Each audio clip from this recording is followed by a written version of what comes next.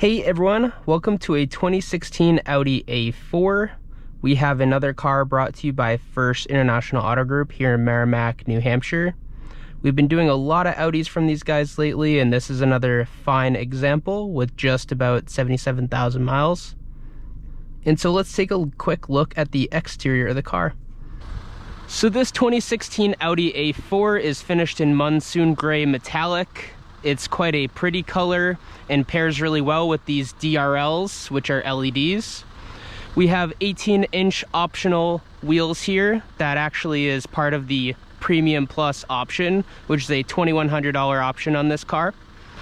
So in the front, you obviously see these aggressive LED DRLs.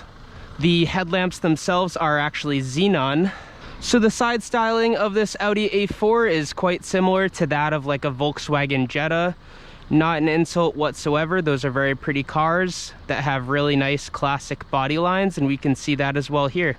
Coming around to the back, you can see some nice Audi taillights here. Obviously the 2.0T badging here and the Quattro badging, which you can see, as well as dual single exhaust tips.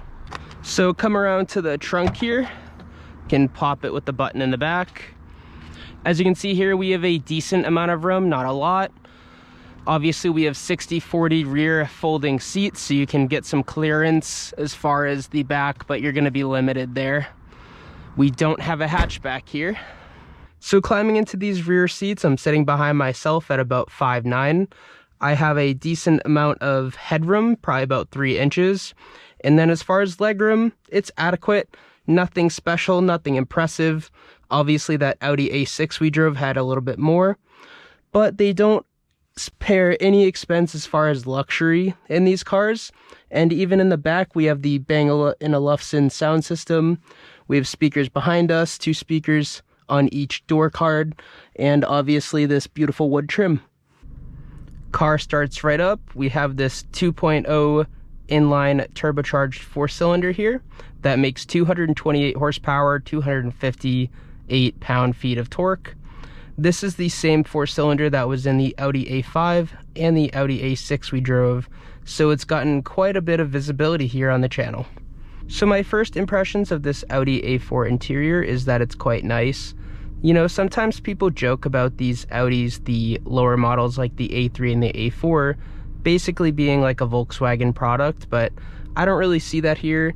My girlfriend has a 2017 Volkswagen Jetta, and this interior is a lot nicer, though we have similar pebbled dashboard plastic, but other than that, it's basically, you know, a lot of soft touch surfaces in here, high quality buttons for the most part, and it's just overall a lot more sound in here.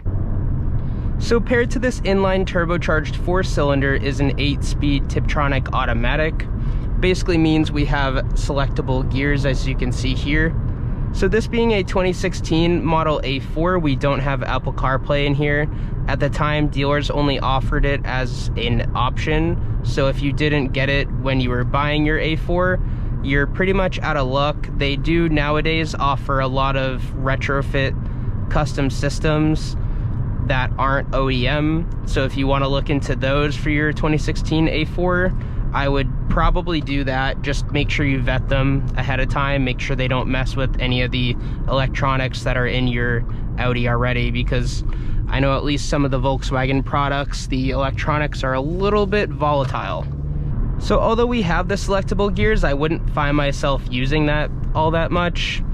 258 pound-feet of torque is, I feel like, plenty in this car, and so this 8-speed automatic, I'll probably just let it do its job.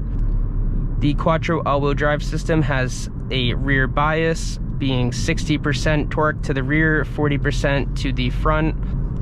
So, and although we don't have Apple CarPlay in here, we have a lot of great options. We have heated seats, we have blind spot monitoring, we have cruise control, we have a Bang & Olufsen sound system, and of course these 8-way power adjustable front seats being heated, but they're also quite comfortable.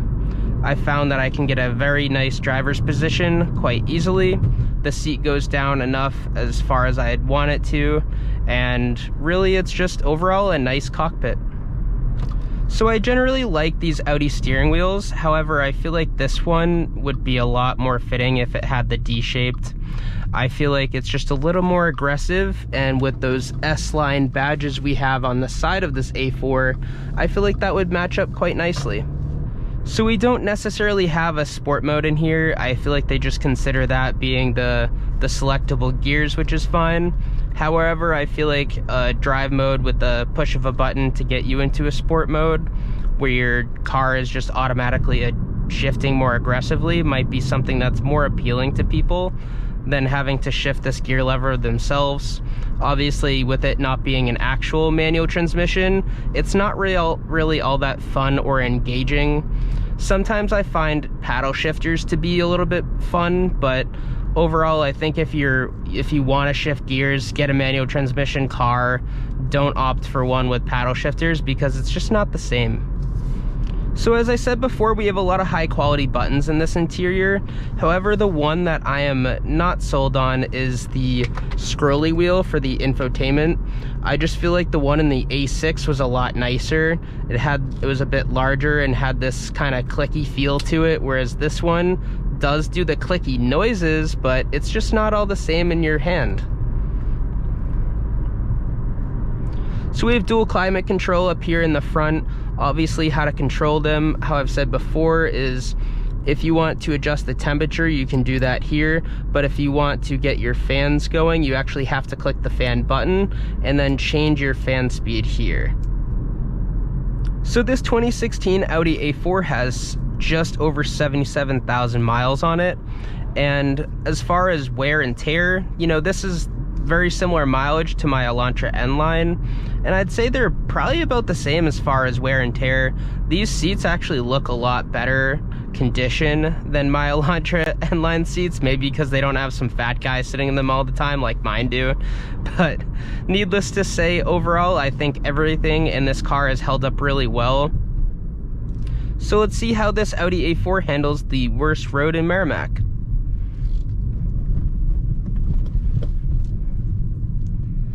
Definitely a little bit more stiff than some of the other cars we've driven, especially that of the A6. But obviously this is a shorter wheelbase car and less meaty tires and obviously a more stiff suspension setup. So that's just really what you're gonna get. Hazards, stop here, show you the backup camera. Not very high resolution, but we do have some parking sensors in here to give you some assistance. Overall, not bad. So this Audi A4 is actually quite heavy for its size. Weighted at just above 3,600 pounds. It is a bit heavy than I would like. I can definitely feel that added like 300 pounds or so, the difference between this car and my Elantra N-Line. But this car does have a little bit more power and a little bit more torque that make up for it.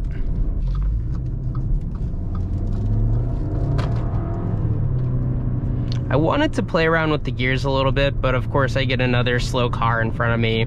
It's just not my day here on Tinker Road. So one thing I really like about these Audi cars is that they're pretty much timeless. You know, you get inside one, and besides the wonky infotainment screen from the mid-2010s, you do have this analog gauge cluster with just a little bit of digital in the middle, which would match up with a lot of modern cars.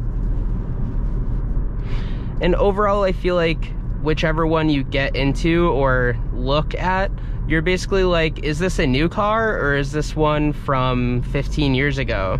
And in this case, this car is 8 years old, and I feel like it looks like almost a brand new Audi. So this car also has keyless entry and keyless start, which is, in my words, the perfect combination to keep your keys in your pocket. Obviously, just don't forget them anywhere. So with all the convenience options and the nice stereo system, cruise control, and these lovely heated leather seats, overall I feel like this car is a great value at just under $16,000, priced on the First International Auto Group site, as you can see here. The one concern you might always have with Audis is the maintenance. I can't speak on that because I've never owned one, but I have heard that they are a little more expensive to maintain. I haven't heard anything about the A4s with this 4-cylinder being anything but reliable, so honestly I would opt for one of these if I were getting a pre-owned Audi, because you know this 4-cylinder is in a lot of their models, and they wouldn't do that if it wasn't reliable. So although this A4 has the same engine as that A6 and the A5 we drove, I feel like it doesn't have the same pizzazz to it, which is kind of a funny word to use, but I just feel like those cars were a little bit more zippy. Even that A6, which was heavier and bigger, but I don't know, it just kind of, I don't know if the transmissions are different or what, but, or maybe they're just tuned differently, but overall I felt like that car was a lot just more fun and engaging than this one. Obviously we do have multi-link front and rear suspension in here, and the steering is pretty adequate as well. So to conclude this video, thank you for watching. Don't forget to like, don't forget to subscribe, and I will see you all next time. Bye.